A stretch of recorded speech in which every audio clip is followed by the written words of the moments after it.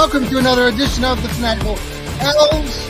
Had a little technical glitch there, so you might not have heard our intro. My computer is acting slow tonight. It must be getting ready to watch the presidential debate tonight, as we're all super excited to get over there and watch that. So we're coming on live a little bit early. Part of the Fanatical Elfz, part of Fans First. I'm John. There's Lou. Down there is Sam. We got Noah in the house, and we are here Thursday night a little early to talk Cleveland Browns, Cleveland whatever, Guardians, Cavs. We got a lot of things going on here in the world of sports here. Cleveland is always in the middle of everything. There is a movie out now. We can talk about that, but let's start with Noah. How are you this evening? I'm fantastic, man. It's a cooler day than what it was last week in downtown Cleveland. So I'm just enjoying life, man. I'm just happy to be here. Happy to be on the show as always. The East Bank Sports show that you bring on Mondays and Wednesdays right now are just, you're doing great, and we really appreciate you being part of the team and your colleagues. I don't know all of your guys' names, but thank you so much for helping out. And yeah, you got 24 on. I see Lou up there. Lou, how you doing, bud? Doing great. Thank you. Thank you for you're canceling your show so you can watch the presidential debate. Well, but he's here on the Fanatical Elfz because we love Lou. Yes, thank you. I want people to be informed voters. That's what I want. Don't worry, you won't be any more informed when this thing is over. Yeah, no, really, Sam? No, I don't know. How are you, Sam?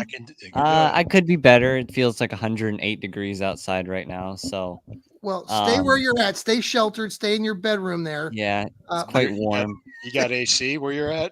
Yeah, you better if you're in Texas. Otherwise, yeah. We've got a whole week of 95 degrees plus. So, just trying to stay. It's not that bad if you live here for 6 years. You'll make it. But yeah, I'm just chilling out. I actually will watch the presidential debate. I probably am quite young for that, but we'll see. I think it'll be interesting. You're over 18. You're fine. You can vote. No, I'm not. Yeah.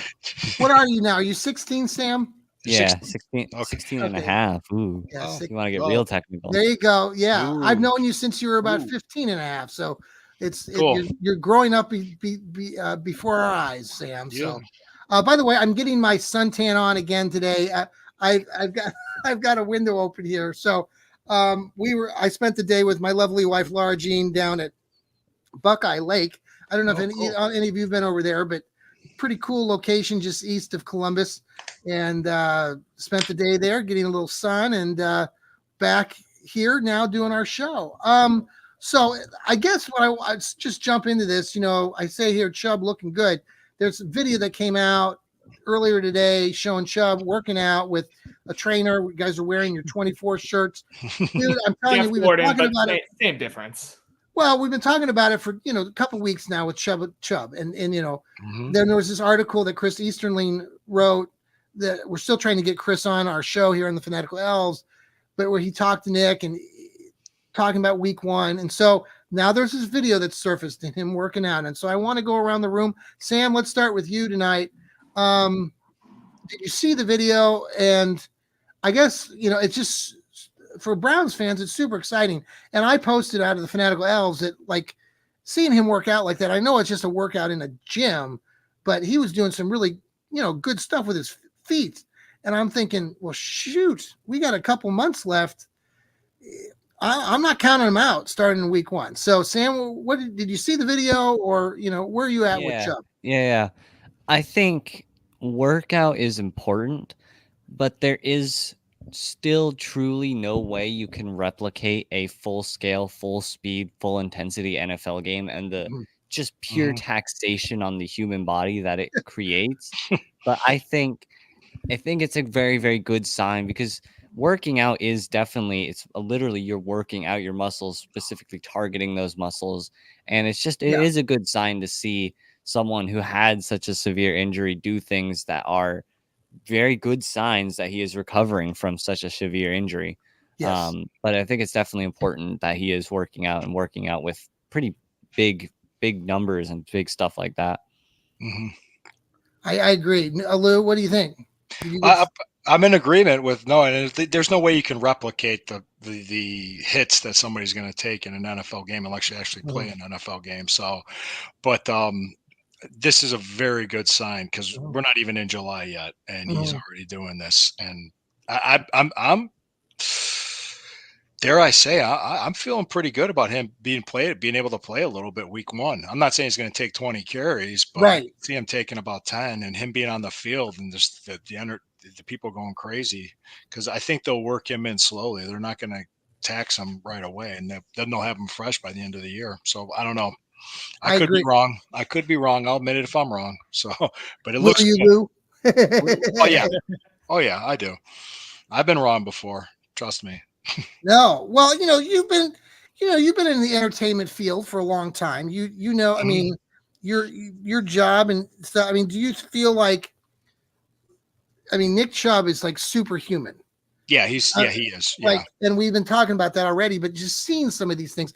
And I wanted to read a couple quotes from the story today that Mary Kay in Cleveland.com posted this evening about what we all saw today, and getting some comments from one of the guys that's training with him. But I don't know what my question was going to be, but just that. You're going to read the quotes. Yeah. Yeah. Well, let me read what he wrote and then go to Noah, and Lou, you can finish up here. Yeah. Basically, he says, I'll just start with this. He's down there in Georgia, and he's been working with this guy named Brad Lester, an off-season running backs coach. And he basically, Nick, we all know Nick suffered these injuries about 7.5 months ago. And he says, I will honestly say I've never seen anyone recover as fast as he has so far. After certain movements, I was kind of like, how do you feel? And he'd say, I'm fine. I was like, man, this is pretty impressive. To be 7 months out and he didn't have any pain in the workout. Even more incredible was the fact that Chubb had just completed a grueling weight workout with longtime Cedartown track and strength coach Mike Worthington before starting the running back drills. He says those workouts have really put him over the edge to where he needs to be right now. I told him earlier, the work you're already doing and have done has been great. So now what we're trying to do is transition more into getting him ready to do the positional movements, to get back to cutting and things that we're about to do on game day.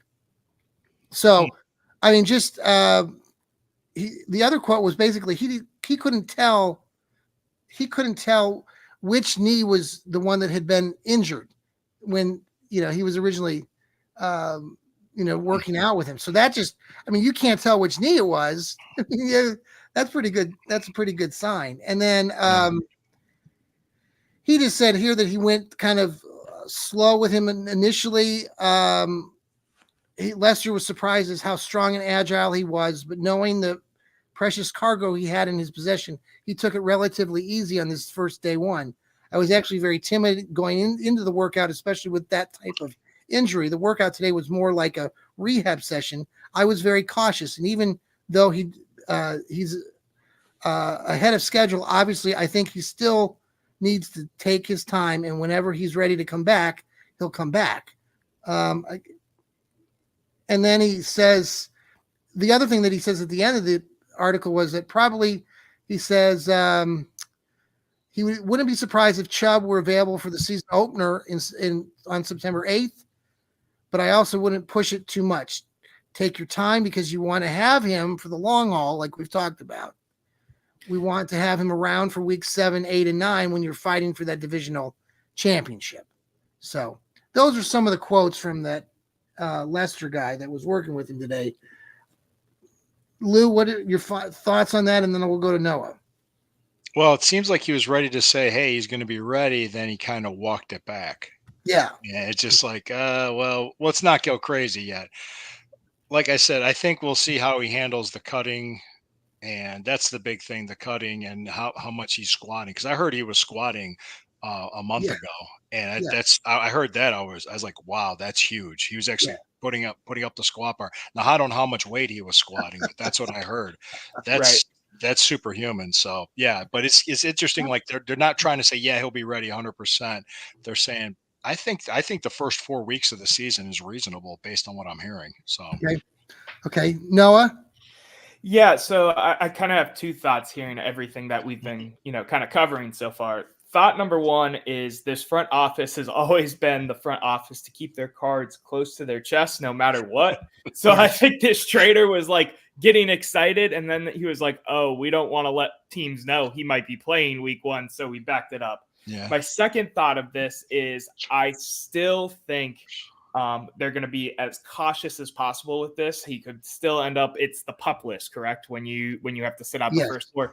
I could still see him 100% on the pup list, even if he's squatting, 6,000 pounds or whatever his record is. Squatting a Toyota.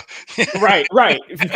I still just see him, if we're putting percent, like 75% chance he's on the pup list just to play it completely safe, because it is Nick Chubb. It is the precious cargo, like he said in that article. Yes, he did. Yeah, I just like the type of guy to squat a Prius. The squat a Prius. Prius. There you go. Sam, I love your takes, man. You have some great. I love it. I guess he's Nick Chubb. He's Batman. He addresses himself as being superhuman, like you said, Lou.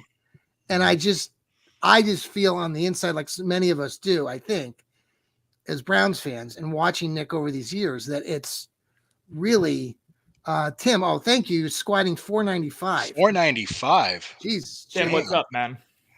Yeah, man, thanks, brother. Man. Anyway, I would not be surprised. And I think Nick Chubb is just, I don't know. I mean, he's going to do what's best for the team because that's the kind of guy that he is. Now, I did an article, went back and I did the top 10 games of Chubb. I don't know if any of you got to see any of those or read. I saw it. I saw them.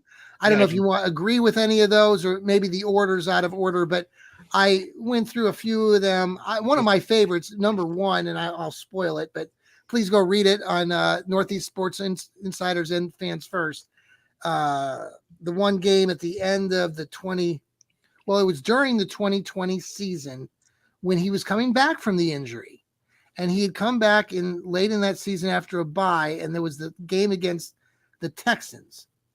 You guys remember that?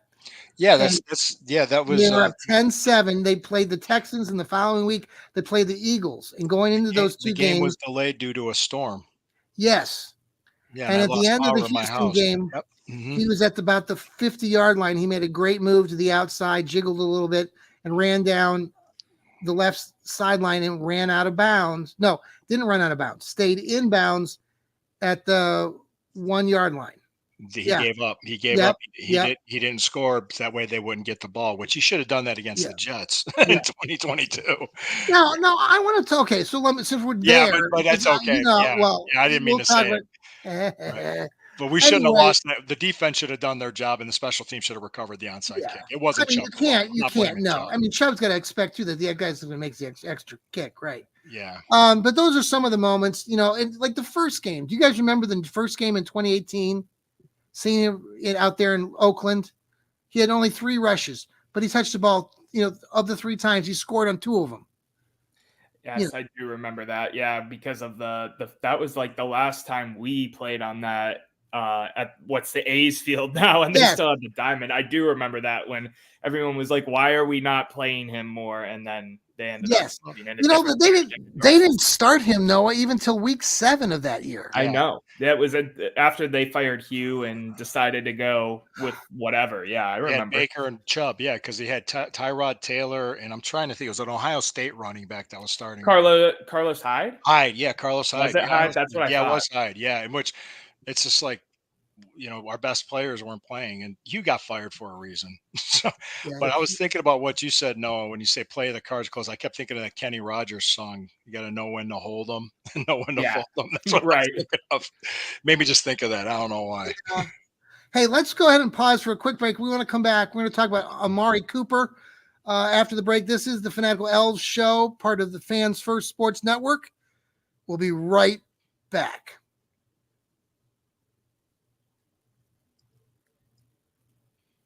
Oh, thank you for coming back to us here on the Fanatical Elfz Network. We are the Fanatical Elfz Show, and there's Noah, Sam and Lou, and I'm John, and we love having you come on aboard. Thank you for downloading our shows. Thank you for following us. We really need you to follow us on the audio versions of these podcasts. We need you to listen to Browns Breakdowns. We need you to listen to Burning River Browns Talk. We need you to listen to the East Bank Sports Show. You can come and listen to the Johnny Cleveland podcast. You can wake up with some coffee with me in the morning, or Lou with his Burning River show. Sam does the Browns Breakdowns, and Noah does the East Bank Show with all his great colleagues like Matt. What's Matt's last name? I want to give Matt Pulitzer. He's Pulitzer Prize, yeah. Great guy. And then your colleagues, did you do the office show? Who are those guys? We have John Sharp, Eric Williams, guys that I worked with. John doesn't work with me anymore, unfortunately. I kind of try to break it up now where I chop it up with some of the older guys on Wednesdays. And now we have a new host on the East Bank Show, Devin. So it's me, Devin, and Matt on Mondays. And so Devin's going to work with you and Matt. Yeah, 100%. Awesome. The goal is to have him on weekly now. Yes. I like how you have the younger view. I heard that on your podcast when I was listening to you on that show. And then, Lou and I, we're the elders. Well, Steve is of the group. Don't miss out on Steve's show too. He has Dog Pound South show. And then Jarrell has his dog radio programming. Both Steve and Jarrell are actually from Nashville. So they're probably getting prepped to watch this presidential debate tonight. So they didn't want to come over tonight because they probably got their popcorn. They're all ready. They don't want to miss anything. Sam, so you're going to watch the presidential debate tonight, are you? Yeah, if I can figure out how to get access to it. What are you looking? I just watch it on CNN. What are you looking for, Sam? As a young, oh man, I don't really know. I'm just looking for people not to fail completing sentences and actually say intelligent paragraphs and not just yap about some random thing. You came to the wrong place. Yeah, I know. Peacock. It's on Peacock. It's on Peacock. Game or whatever. Thanks. Oh, okay. Yeah, Lou, I know this is a big deal to you. I mean, we're going to be watching, popcorn ready. I got to do a Stew Pot show about it tomorrow. Oh, that'll be fun. Oh yeah, that's why I tell you the truth. I am really not entirely sure what to expect because I'm wondering if it's like they're going to fill up Biden with all these cocktails of God knows what, and he's just going to short circuit on stage, and it's just going to be like, it's just like okay, maybe we gave him too much of that. So. Yeah. I mean, we're not impersonating anybody right now. I just want everybody to know. No, I'm not doing Facebook, it. I'm not we love you, Facebook. We're not broadcasting on Facebook right now live. So Facebook, we're not doing anything wrong right now. Just I don't care what your political affiliation is, but let the man have his dignity. I mean, can you do that? I mean, is that too much to ask? I mean, he's obviously not right. We know it. Everybody knows it. He shouldn't be out there. He shouldn't be doing this. Get somebody else. Let this man. Well, maybe you can be there the next time, Lou, and you can be his. A shot in his ass. Just wake up. Noah, are you going to watch the show tonight? Of course I am, and I am just here for the drama. I like to keep it nonpartisan. And I am just here for the drama. Yeah, that will be plenty of that. Yeah. Let's talk movies real quick. So the Avengers is in Cleveland filming, and Superman movie. Different Avengers was like 2011. Yeah. So they're in Cleveland filming, and the Metropolis Meteors baseball team, the home of champions, is bannered all over Cleveland. Maybe a good sign for the real Cleveland Indians or the Guardians. Indians. The Indians, go Tribe. Go Tribe. They are doing very well as too. They lost yesterday to the Baltimore Orioles. Oh no. It was funny. I was listening to somebody talk about why isn't the Baltimore Orioles series, like, why aren't there more fans there? And I said on my show this morning that, have you been to Baltimore? I mean, Baltimore's a great baseball team this year. They're playing really well, but that stadium's not in the best place in the world. I've driven by it once, a long time ago. And anyway, it's a beautiful stadium. It is a beautiful stadium. It's just I've heard a lot of things that are not positive around there, and so I don't know. So the guards are doing great though, and I know Noah, you've talked about it a lot on your East Bank show, and you're a big baseball guy. Huge. I was not a big. I'm a huge fan, but I haven't been like super like okay. Like I think I was telling Lou off air the other day about how for him and I like that 95 team, that 97 team, those late 90s teams that the Indians were, Kenny Lofton, Albert Bell, I mean, Oral Manny Hershiser, Ramirez, Jim Tomey. Dennis Martinez. Tomey at the 7-hole. I mean, yeah. These guys were like in our minds, my mind at least, and probably Lou's, like you're going to have a hard time trying to tell me that this team, which they're 51-27, which is outstanding. Lucky, so lucky, 51. right? Lucky is crazy, but continue. But I don't think they're lucky, like Sam's saying. But I'm starting to drink the Kool-Aid, and even the big bugaboo out there is like starting pitching and Logan Allen and all this other stuff. But they're winning, and for God's sakes, man, Manny Ramirez is phenomenal. But again, people that are wanting to put Manny Ramirez, and I know you love Manny. I love Manny too, but I can't. You mean Jose? Manny, Are you talking Jose? Manny, sorry. Jose. You got those old teams on your mind. No, you're good. I'm just trying to help. Manny Ramirez. I'm like, really? Well, but that's the reason why. It's like because you got players like Manny, and you had players like Albert Bell, and so I can't. I mean, man, Jose, right, Lou? You'd agree with this. If Jose Ramirez was on those teams, oh my God, like he could be like that Carlos Baerga kind of like bat that we had in that lineup. Holy moly, that would have been fit him in on that team. For God's sakes, we put Corey Kluber on 97's team. Oh, jeez, we would have another good one, right? Yeah. I mean, it's just geez. So, Noah, let me just ask. So, are you you're super excited about the guards? Sandy Alomar. About the Indians. Sandy Alomar's my guy. Yeah. The Indians. I call them the Indians. I still call them the Indians. Yeah. Yes, I still do. How far does this team go? Noah, what do you think? Like, are you thinking? Are you there? Are you like World Series? Honestly, personally, I've always been a sip the Kool-Aid type of fan. I'm always bought all the way in, think we can go the furthest amount possible, right? That being said, the analytical side of me, you've kind of already mentioned it. There's some holes in this roster that we need to fill. Starting pitching. They did sign a southpaw today, sorry. I forget his name. He was a free agent, older dude. Is that guy from Detroit? I think so. I think it was the dude from Detroit last year. Hang on, I got it. I have it here somewhere. Go ahead. Okay. I'll get it up here. That, maybe you want to add another bat. Honestly, depending on what's going on, maybe another pitcher. Matthew Boyd. Yeah, it's Boyd. I believe so. Yeah. I saw that. Okay, I found it on X. Go ahead. And to speak on Boyd real quick, because that's new news. I don't know if he's the answer long term, but I think they're trying to try some things out before they just sell the farm and trade like teams do at the deadline. Yeah.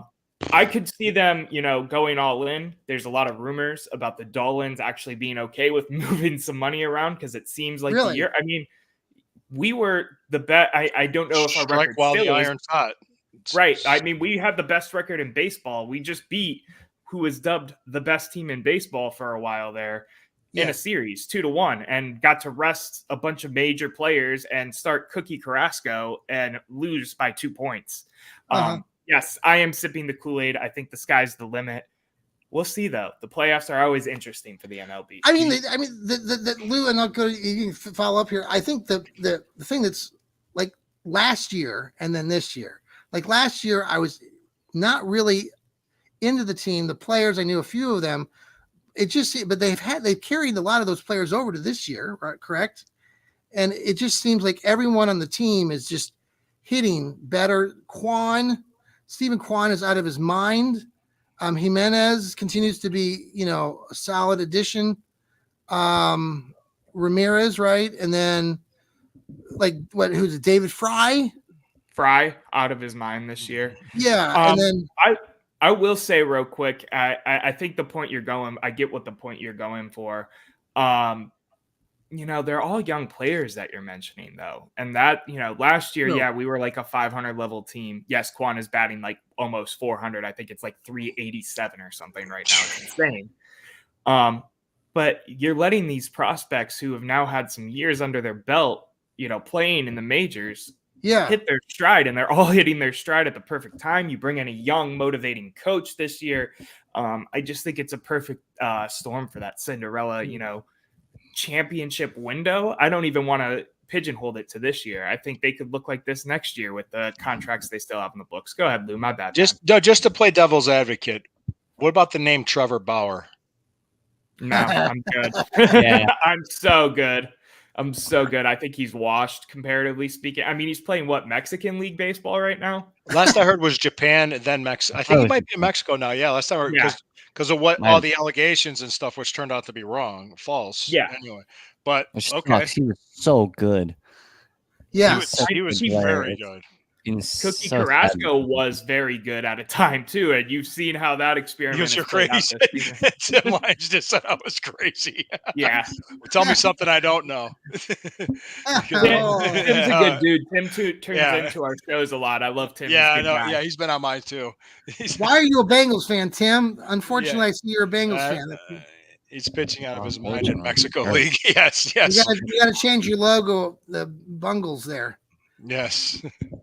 So awesome. I mean, the Indians are doing some fantastic things, and I think it's really added to sort of this aura right now in Cleveland, because honestly, Noah and Sam, I know you're not a big Indians or Guardians fan, but Lou and I can attest to this, that between 95 and 99 in the early 2000s, Cleveland Indians baseball was huge. Like, I can't even put it, like, because we didn't have the football team. Yeah. And they were winning. And they had that 455 sellouts, right, Lou? Wasn't it 455? Yeah. 455? Then record.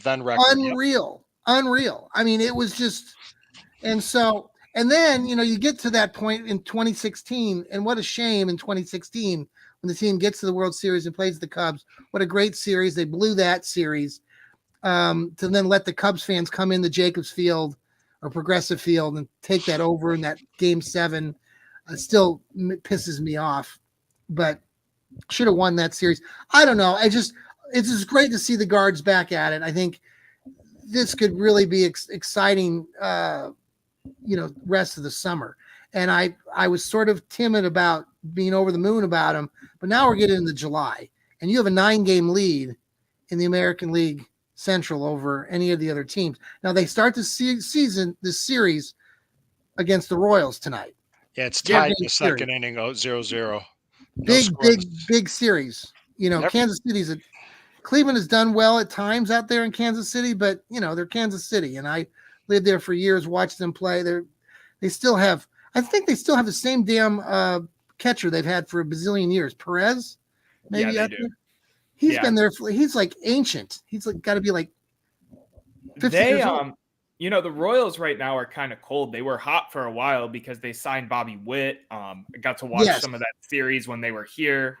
We won that series, I believe, or tied it. But they're a little cold right now. I'm curious to see how this series goes. It's a 4-game series. Yeah. But, with the lead we have, the record we have against above 500 teams right now, I take my guys against any other team's guys any day of the week right now with how we've been playing. It's not April. We're not being fluky at this point. Yeah. We are coming up on July, and the Guardians are a good baseball team, and national media has to accept that. That's just let's run back to Lou. Whoever's usually in first place at the 4th of July wins it, usually. Okay. I'd say about 85% of the time. Yeah. Just a little stat. That's it. Let's run it back here to talk about Amari Cooper for a minute before we jump off. Okay, because I know we all have to jump off, and I wanted to touch base on the Cavaliers too, because I know you've got some work with the Cavs too. Sam, let's start with you with Cooper. I want to ask everybody this, but Cooper was on some interview on TikTok or something with some young kid, and of course, Amari Cooper, like any regular human being on the face of the planet who's looking to get a job or keep a job and get more money, said, "Yeah, I want more money." And so, of course, that's all he said. I don't think he said anything really much beyond that. But everyone's saying, "Oh, Cooper wants more money." Like that's like new. That should be like big news. It's like, duh. So I don't know. I just wanted your take, Sam. Did you see that little clip there? Amari is getting interviewed. Yeah, I think it makes sense, right? Who wouldn't want more money, right? I mean, I would ask for more money. I think everyone here would probably ask for more money. But I think the problem is no one actually knows what the contract negotiations are looking like right now. I don't, because we could be offering him $250,000 and he was only asking for $500,000, or we could be offering him 12 million, he wants 15 million. Yeah. We really don't know. Obviously, we're not offering him $250,000. Yeah. But we all want, we don't actually know what the level is. We don't know what the Browns are offering. We don't know what he wants. We don't know what that middle ground is going to end up looking like. And so at this point, yeah, maybe he wants more money, but we don't know what that more money means. It could mean 3 million extra, it could mean 1 million extra, could mean anything, because we don't actually know what the contract is looking like. So I think it makes sense for a player perspective, and I know it might make a little less sense because he's older and there might be injury concerns for a team sense, but I think the Browns are just still offering him a decent amount of money. But I think he knows this is probably his last big payday and he needs to capitalize on it the best he can. Lou, yeah. Lou, I agree. I think from what my understanding, from what I'm hearing, it's not the money necessarily. It's just the guaranteed in the years. The years of the guaranteed money, and the Browns are trying to keep themselves as flexible as possible for the 2026 offseason, just to see where the next 2 years go. Then either they're going to retool or they're going to load up. They're going to do one of those two things then, based on how everything goes the next 2 years. So by then, Mari Cooper will be 32. He probably won't be on the team after that. So it's like, well, what's going to happen at that point? So that's what I'm hearing, but I think something will be worked out by training camp. So, okay. Noah, do you think there's any possibility then you agree with their assessments or there's also the thing about the trade with Brandon Ayuk, and I know like Brad Ward of the Dog Pound, he does his dog show podcast himself, or the Eyes on Cleveland podcast. Brad Ward, he writes for some other groups. He was talking also about this trade possibility of being more realistic. Do you think that that's still a realistic possibility? Yeah, I don't think they really want to move away from Amari Cooper. I don't think that's the goal at all here. Tim Lyons is making the comment. I think the Browns unfortunately got caught in a situation here, right? Yeah. Where they weren't looking to extend him right now or deal with that whole contract thing, but because of what the wide receiver market is and has become with all the additional signings this year, now Amari's looking around and is like, I need to cash out now before I'm too old to cash out. And I mean, from his perspective, totally fair. From our perspective, totally fair, right? I don't think the goal here at the end of the day is going to be getting rid of Amari Cooper for Brandon Ayuk. I personally don't want to see that. He's been the best wide receiver in orange and brown since forever. Josh Gordon's, 1 year. 1 year, Josh Gordon. So to me, I think it's, a matter not of if, but when. I think they're going to 100% take care of this. Yeah.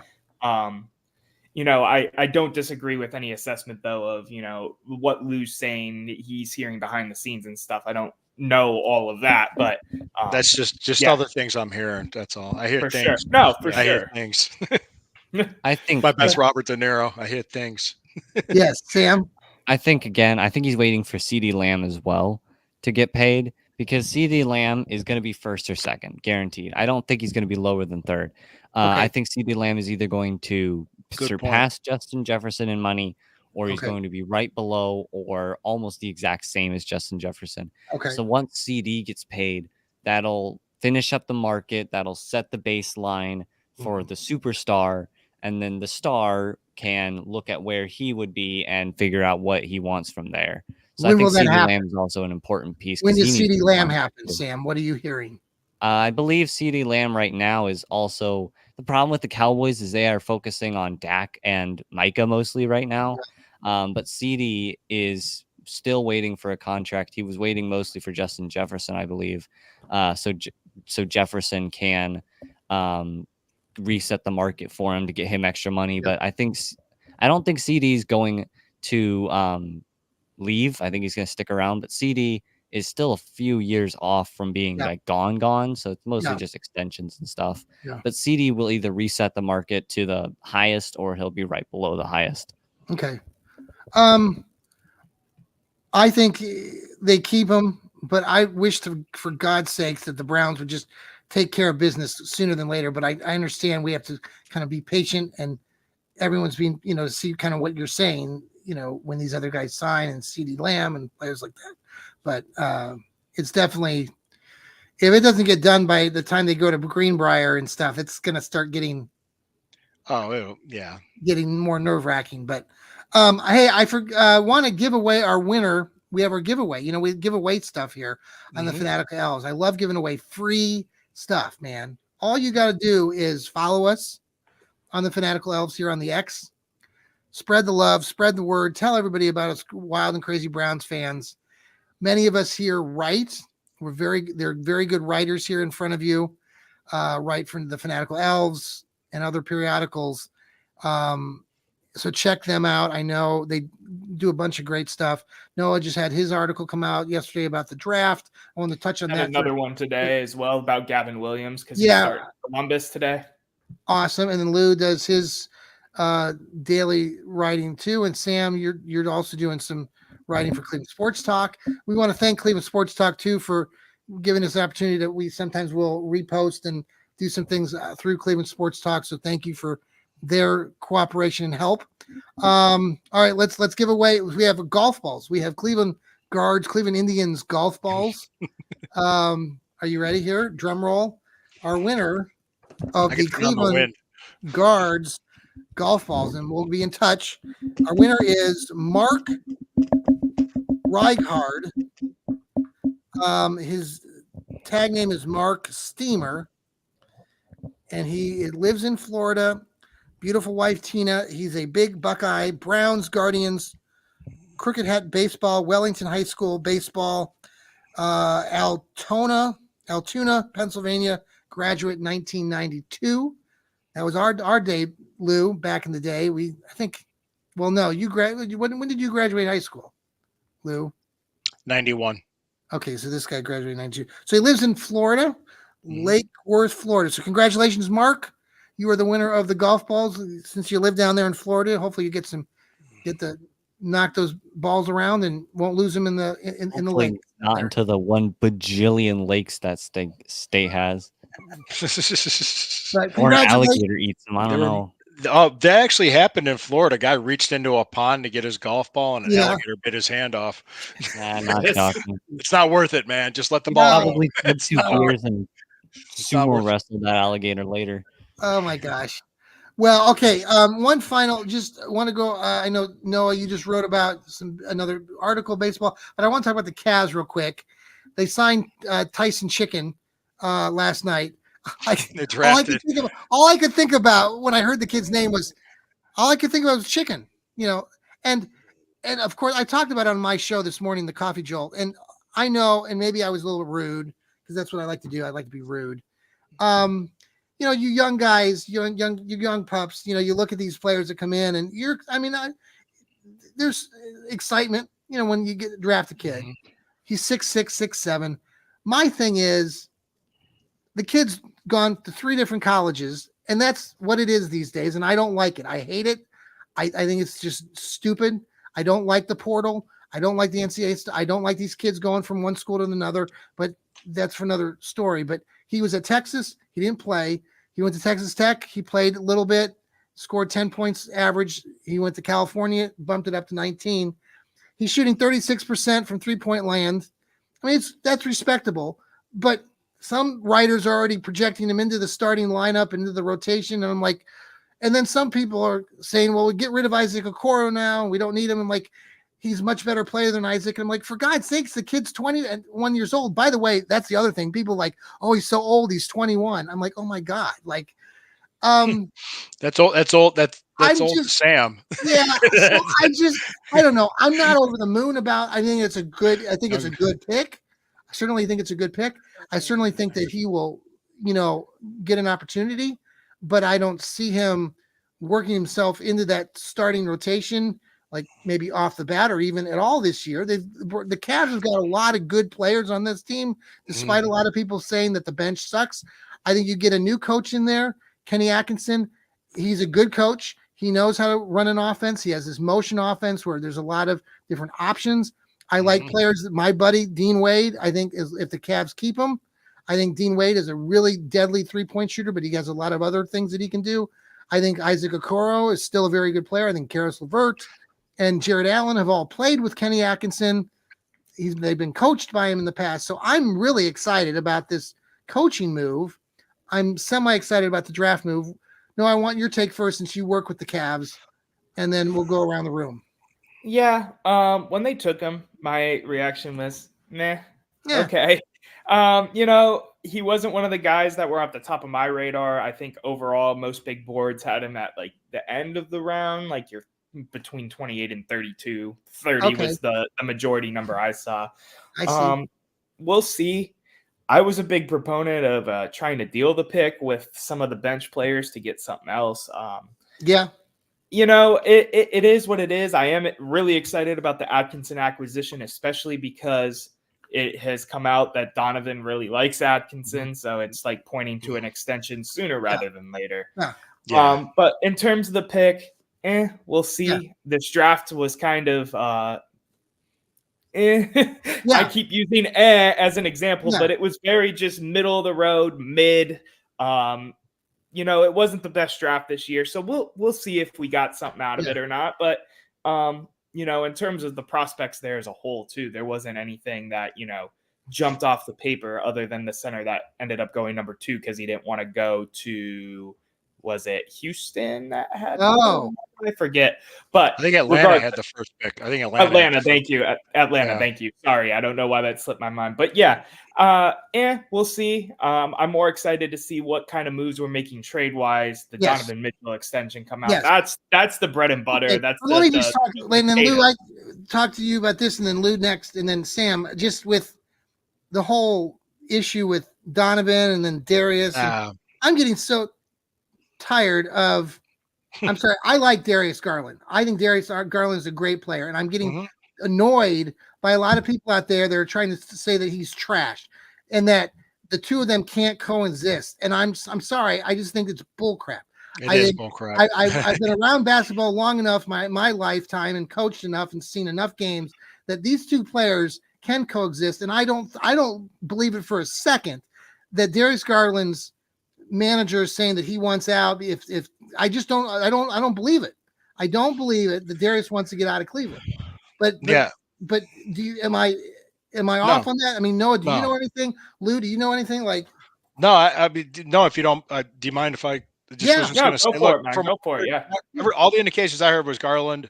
I think Donovan Mitchell is going to sign an extension. Yeah. This coaching pick was because they went to Mitchell about it, and I think Dan Gilbert got involved too. What's his team? He should be involved. Yeah. Plus, I think this draft pick, just what I thought, I just looked at it. I was like, it seems like a developmental guy off the bench for the next 2 years. That's what I think they're going to do and see what they can do with him. But I'm not setting the world on fire because of this guy. I just was like, okay, he was a 20th pick in the first round. So do you think Darius Garland, though? My question, like with the Cavs, Darius Garland, he's fine. It's fine. He's a good player. He's fine. But do you think there's any chance that he's out of here? Like he's still going to be traded? That, from what I heard, they're not trading Garland. They're not trading Mitchell. They're not trading Jared Allen. That's what I heard. Like I said, if I'm wrong, I'm wrong. But that's just what I heard. They're not doing any moves like that I'm aware of. Yeah. What about you, Noah? Yeah, I could see. First of all, I think Mitchell and Mobley are 100% locks, right? 100%. Yeah. I think those two are staying. Don't worry about that. I think you could, depending on what offers are on the table, what's kind of going on. You could see a Garland move. You could see an Allen move.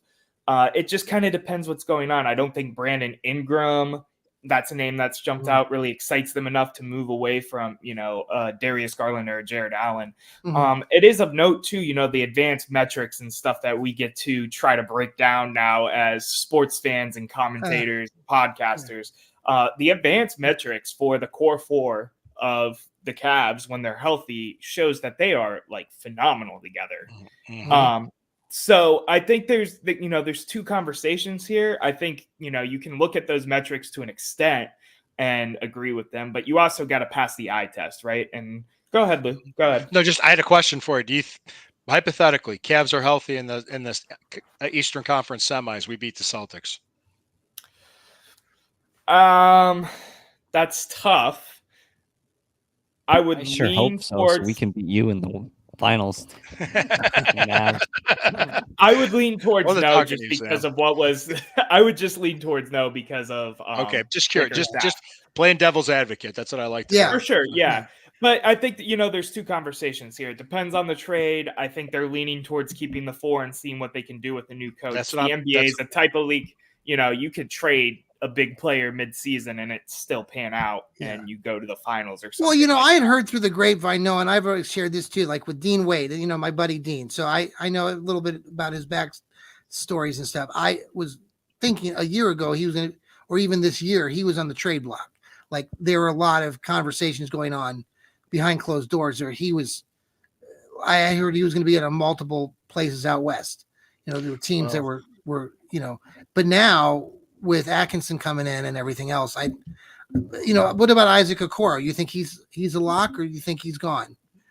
I think you could see it. I think you could see a lot of these bench guys move, and I'm okay with that. Yeah. Like I said, personally, I'm okay with keeping the core 4, moving one of them. I want to see what this team wants to do. Okay. I feel like we haven't had a direction the last couple of weeks to a month because of the coaching thing. Yeah. Now have a coach. Now we're going to see the Donovan Mitchell extension, and we're going to see what direction they want to go. Sure. And that's more so what I'm waiting on is to see what they want to do because the philosophy that was the JB Bickerstaff.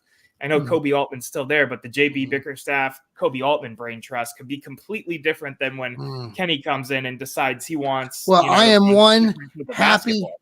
camper that JB is gone. I've trashed that man for 2 years. They should have fired him 2 years ago. He had no business being the Cavs coach. And people that still want to go to the record and say, "Well, they improved," they're like, I don't give a crap. I just don't. He had no Tell clue us how you what the really hell he was. feel. No, I Tell mean, us I how just, you I know, really I get feel. really okay. We won't go down that road. No, I'm All just right, kidding. final. I love it. Don't give him any. Do not give him any credit because the man. He does was not the deserve, right guy at the right time when they split. No, I'm with John. I'm with you, man. The last couple of years have been rough. I'm ready to move on from him. Okay, When initially he the started first out- year. That's what I was gonna. Yes. He was the right guy at the right time at that time. He is no longer the right guy at the right time. Okay. As of the beginning of last season.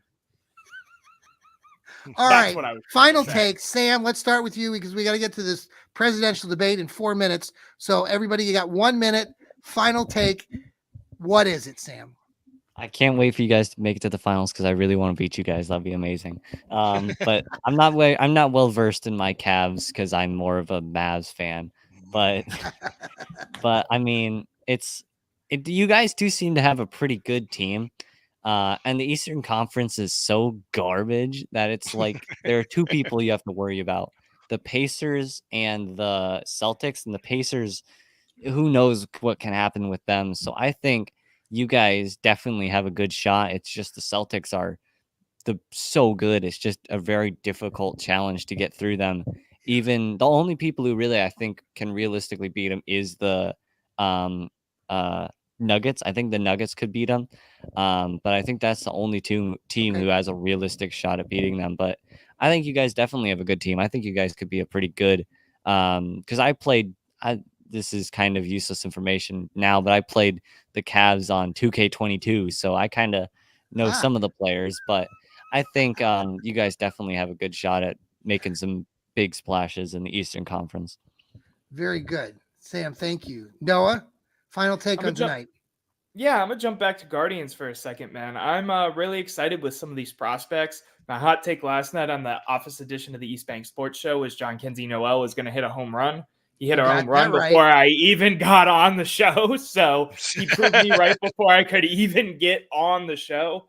Overall, I'm just happy to see what's going on with the Guardians. And I want to give a shout out to my guy, Bo Naylor. Bo Naylor has had a rough start Yes. to his season. He has been playing very good the last couple weeks, and I just want to give him a shout out. Yeah. Good That's for him. my final Good take. Good job. Lou, final take. You got My minutes. final take: LeBron James's son, Bronny, was drafted by the Mhm. Los Angeles Lakers. So people Good for in them. Cleveland, he's not coming back. No. Let's stop it. He's not coming. I don't want him back. He was Yeah. like, when he finally left after 2018, it was like dealing with a really hot chick that you're dating and you want to know if she's going to come or go. Just like, just leave. I'm done. Just Right. leave. I'm done. That's what it was. Thank you for the championship. Bye. Let's do this organically. That's my final take. Guys, thank you so much for being here. Everybody, thank you for joining us on the Fanatical Elfz Network, part Love of having Fans First Network. Join all these guys in their show. We'll be having lots of podcasts over the weekend and next week, and we're getting ready for training camp coming up. Training camp numbers came out. They're going to have training camp here in Cleveland in August, first week in August. So we'll be sharing that information out with everybody. Thanks for joining us. Enjoy the presidential debate tonight. But go Browns. We'll Browns. Go enjoy it. Fanatical Elves. See y'all. Well, thanks, guys. See if my there we go. Toodaloo. Toodaloo. What's Toodaloo?